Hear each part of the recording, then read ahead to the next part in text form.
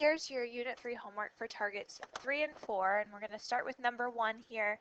So it looks kind of crazy because both these equations are y equals, but this is actually the easiest case. And so what we're going to do is take what y equals in the top equation and plug it in for y in the second equation so that we actually set these two equations equal to each other. And then we're going to use our solving skills, so I'm going to add 2x to both sides, so I get 3x. And then I'm going to subtract 10, so I get negative 24 on this side. Dividing by 3, I get x equals negative 8. And then I'm going to go back to one of our original equations. I'm just going to choose the top one, and I'm going to plug in negative 8 for x. So that would be y equals negative 8 plus 10, so y equals 2. And then remember to take the extra step to write your equation or write your answer as an xy coordinate. So our final answer is negative 8, 2 on this problem. On number 2, our top equation is already solved for y. So we're going to take what y is equal to and plug it in for y in the second equation. So that the second equation reads negative 8x minus 8, and then I'm plugging this in instead of y, equals negative 24. And then using my solving skills, I'm going to distribute that negative 8, so that would be plus 32x.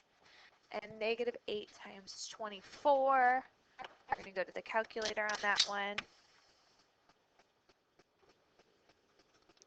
We get negative 192 equals negative 24. So combining our like terms here, we have 32 and negative 8, so that's a total of 24x. And I'm going to add 192 to the other side, so I have negative 24 plus 192.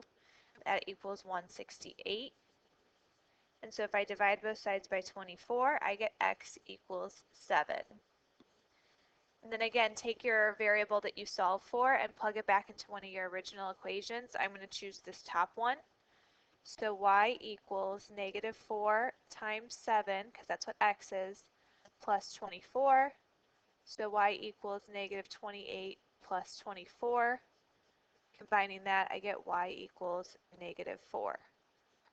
So my solution here is 7, negative 4.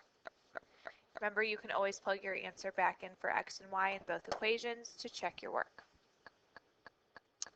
On number 3, we have to do some solving first because neither of our equations say x equals or y equals. So what I'm going to choose to do is on this bottom equation, I'm going to add the y over, so it says x equals y minus 8. Remember, you don't have to solve for y, you can always solve for x as well, we're just not used to doing that. I'm going to take y minus 8 and plug it in for x in the top equation so that it reads 3 times y minus 8 minus 2y equals negative 17.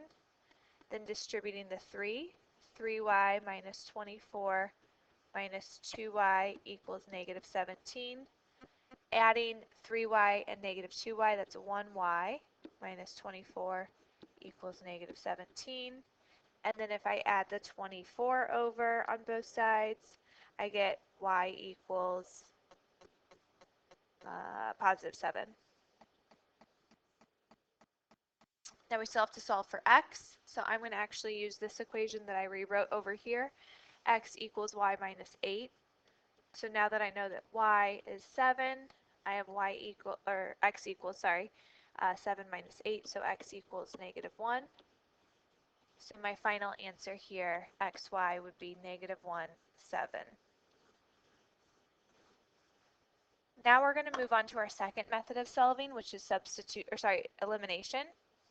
And so remember, our goal here is to maybe multiply one or both equations by a value so that when you add the two equations together, one of your variables cancels out.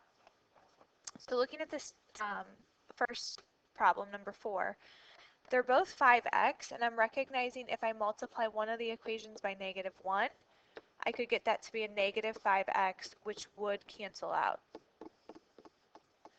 So if I add these two equations together, negative 9y plus negative 7y is negative 16y. This would be negative 32. Divided by negative 16, I get y equals 2. Then you go back to one of your original equations. It doesn't matter which one. I'm just going to choose the top one. I'm going to plug in a 2 for y and then solve. So 7 plus 2 is 14. And then if I subtract the 14, I get 5x equals negative 5. So x equals negative 1. So our solution here is negative 1, 2. For your second one, I'm going to look at the x's again because I have a negative 5x and a negative 10x, and I'm recognizing if I multiply that top equation by negative 2, then I could get a positive 10x, which would cancel out with the negative 10x.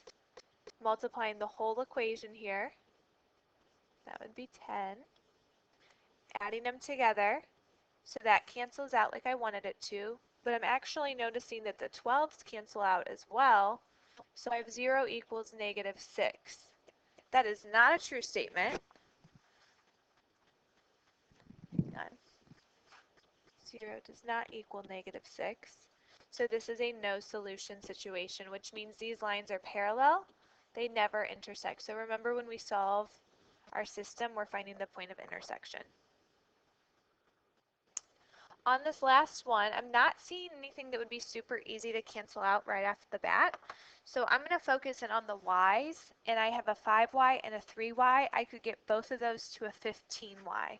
So to do that, this top equation, I'm going to multiply it by 3.